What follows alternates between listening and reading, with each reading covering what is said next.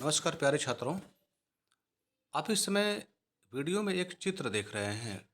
एक इंसान है जो टोपी लगाए हुए हैं और इनका नाम भी मैंने शॉर्टकट में लिखा हुआ है, जीबी पंत। आप ऊपर बाईं तरफ देख रहे होंगे। क्या आप बतला सकते हैं कि ये कौन है? बिल्कुल सही।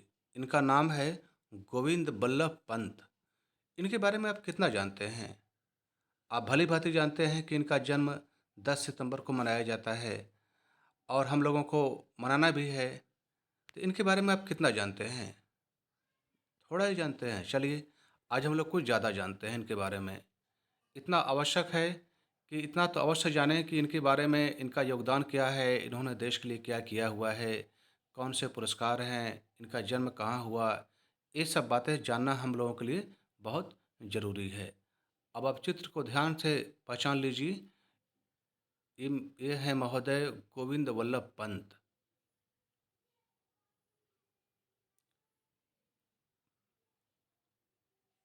इनके नाम पर यह देखिए डाक टिकट जारी हुआ था। नाम आप भली-भाँति पढ़ चुके होंगे, गोविंद वल्लभ पंत।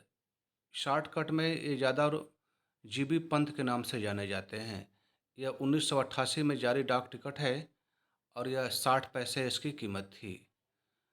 और इनको देश के प्रति इनके योगदान को लेकर के, समर्पण को लेकर के, इनकी भावना को देख कर के इनको भारत रत्न से भी नवाजा गया है, भारत रत्न से पुरस्कृत किया गया है।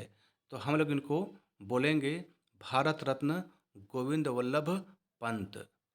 इनको संक्षिप्त में हम लोग जीबी पंत बोलते हैं। आप डाक टिकट पर भी देख रहे हैं और ज़्यादा तौर पर ऐसा लिखा हुआ पाते हैं और हम लोग शॉर्टकट में बोलते भी रहते हैं। तो इनके ज़रा जीवन काल के बारे में हम लोग देखते हैं।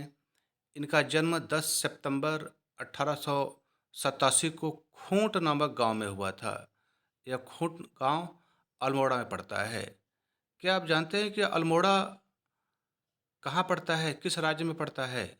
आप उस राज्य का नाम लिख करके भेजें कि अल्मोड़ा कहाँ पड़ता है। और इनकी मृत्यु 7 मार्च 1961 को नई दिल्ली में हुई थी। हार्ट अटैक की वजह से इनकी मृत्यु हुई थी। यह बहुत बड़े देश भक्तों की सूची में गिने जाते हैं और महात्मा गांधी के तमाम आंदोलनों में इन्होंने जम करके भाग लिया था और कई बार जेल भी गए। और ये जो है महान स्वतंत्रता संग्राम सेनानी के रूप में भी जाने जाते हैं। और हो भी क्यों ना, जो महान स्वतंत्रता संग्राम सेनानी हो, उन्हें भारत रत्न क्यों न दिया जाए। ये क्योंकि उस समय सबसे बड़ी पार्टी कांग्रेस पार्टी थी और इसीलिए इन्होंने कांग्रेस पार्टी को ज्वाइन कर लिया था। और क्योंकि देश को आज़ाद कराने में मुख्य भूमिका अगर राजनीतिक पार्टियों की बात की जाए तो वह कांग्रेस की पार्टी ही थी। तो इन्होंने कांग्रेस पार्टी को ज्वाइन कर लिया और एक कांग्रेस के एक महान नेता के रूप में जाने गए और आज भी जाने जाते हैं। क्या आप बतला सकते हैं कि इस समय कांग्रेस के सबसे बड़े 2 नेता का नाम आप जानते हैं? यदि कांग्रेस के 2 सबसे बड़े नेता का आप जानते हैं, तो वह नाम हमको ज़रा बतलाएँ। आपका सामान्य ज्ञान भी तो बढ़ाना है। और यह मेरे प्रश्न पूछने का उद्देश्य होता है कि जो आप वीडियो देख रहे हैं, इसमें तो आपको तमाम जानकारियाँ प्राप्त हो ही रही हैं। साथ में और भी आप कोशिश करें, और भी जानकारियाँ बढ़ें और मेरे प्रश्न का उत्तर यदि आप खोजते हैं या किसी से पता करते हैं, तो आपको तमाम जानकारियाँ अतिरिक्त रूप से प्राप्त होंगी, जो आपके लिए सदैव लाभदायक होंगी। और इनकी योग्यता को देखते हुए इनको उत्तर प्रदेश का प्रथम मुख्यमंत्री बनाया गया था। अगर आपसे कोई पूछे कि उत्तर प्रदेश के प्रथम मुख्यमंत्री कौन हैं, तो उत्तर है जीबी पंत, अर्थात भारत रत्न गोविंद वल्लभ पंत। अब जो है, जैसा कि मैंने कहा कि इनका जन्म अल्मोड़ा में हुआ था।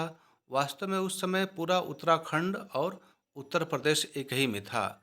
ये तो अटल बिहारी वाजपेयी जी जब प्रधानमंत्री थे, तो उस समय उत्तराखंड को उत्तर प्रदेश से अलग किया गया। अन्यथा उत्तराखंड भी आपका जो है उत्तर प्रदेश का ही हिस्सा हुआ करता था। तो उत्तर प्रदेश के प्रथम मुख्यमंत्री के रूप में जो जाने जाते हैं, उनका नाम है भारत रत्न गोविंद वल्लभ पंत।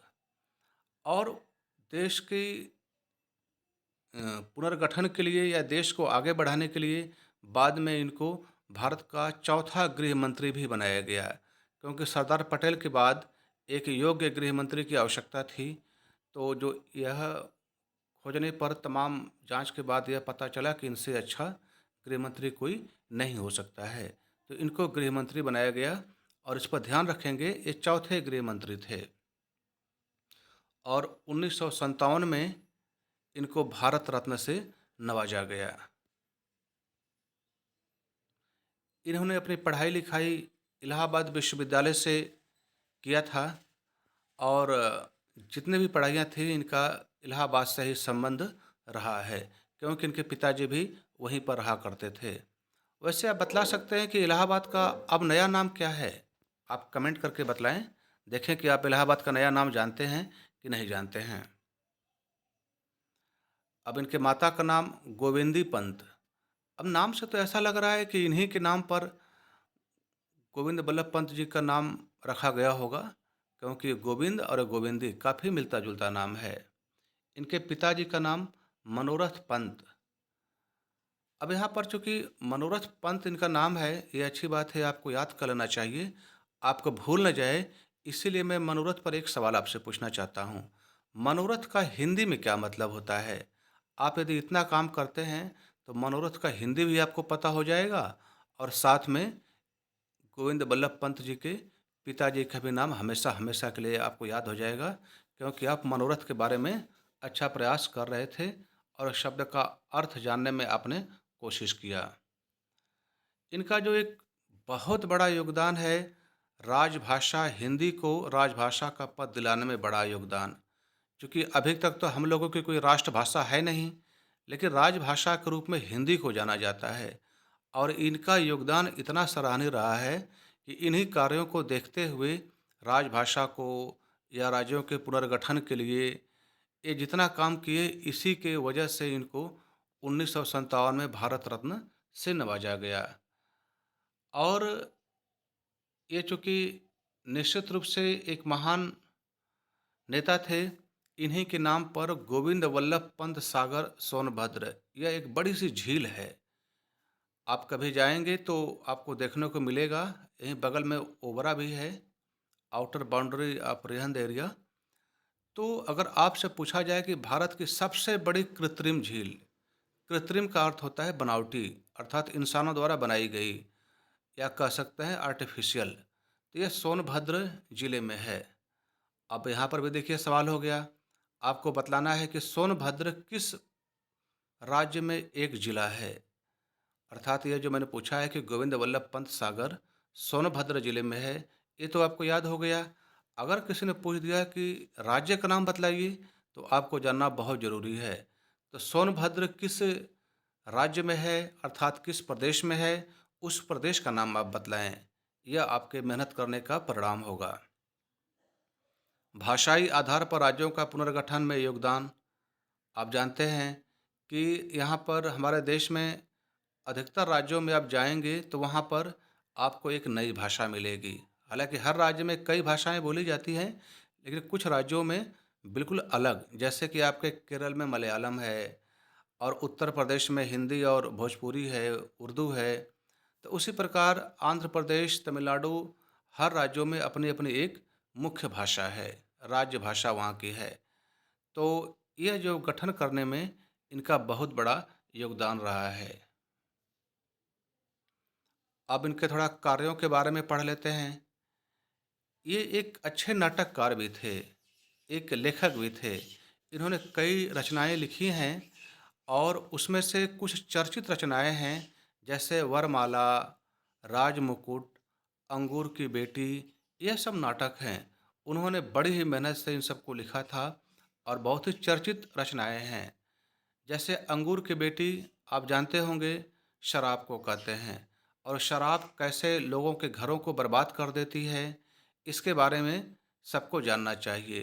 तो जो लोग अंगूर की बेटी नहीं पढ़े हैं, यह अवश्य पढ़ें, क्योंकि जाने कि शराब किस तरीके से समाज के लिए नुकसानदायक है और किसी भी दृष्टि से फायदेमंद नहीं है। तो अंगूर की बेटी आप अवश्य पढ़ें। अब जैसा कि मैंने कहा कि सबसे बड़ी कृत्रिम झील गोविंद वल्लभ पंत सागर सोनभद्र जिले में है। तो उसी प्रकार एक और जो पूछा जाए कि दूसरी झील कौन-सी है, तो उसका नाम है ढेबर झील, या इसको हम लोग जयसमंद झील भी कहते हैं, और यह उदयपुर में पड़ती है। क्या आप जानते हैं कि उदयपुर किस राज्य में एक जिला है? कमेंट करके हमको बतलाएँ। आपको मेहनत भी तो करना है और आगे बढ़ना है। तो यह रहा गोविंद बल्लभ पंत जी के बारे में एक संक्षिप्त छोटी-सी जीवनी। आप इनकी जीवनी के बारे में अपने से स्वेच्छा से और पढ़ सकते हैं, और पढ़ सकते हैं तो अच्छी बात है, लेकिन कम से कम जितनी बातें यहाँ पर मैंने बतलाई हैं, आप इसको ध्यान से पढ़ें, याद रखें, और महान पुरुषों के बारे में आप ज़्यादा से ज़्यादा अवगत रहें। एक योग्य भारतीय की यही पहचान है कि अपने पूर्वजों के, अपने महान पुरुषों के पद चिन्हों पर चलें और देश को उन्हीं की ही गति से आगे बढ़ाएँ। तो मैं समझता हूँ कि यह वीडियो आपके लिए बहुत ही ज्ञानवर्धक, लाभदायक रहा होगा, और आशा करता हूँ कि आप यह वीडियो अपने मित्रों को भी दिखलाएँगे। जो लोग गोविंद बल्लभ पंत जी के बारे में अवगत नहीं हैं, उनको भी दिखलाएँ, ताकि सभी लोग महान पुरुषों के बारे में जानें, और इनको आप शेयर भी करें, क्योंकि देश को आगे बढ़ाना है तो महान पुरुषों के पद चिन्हों पर चलना आवश्यक है। तो अब जो है आज के लिए इतना ही। मिलते हैं कल एक नए वीडियो के साथ। तब तक के लिए धन्यवाद।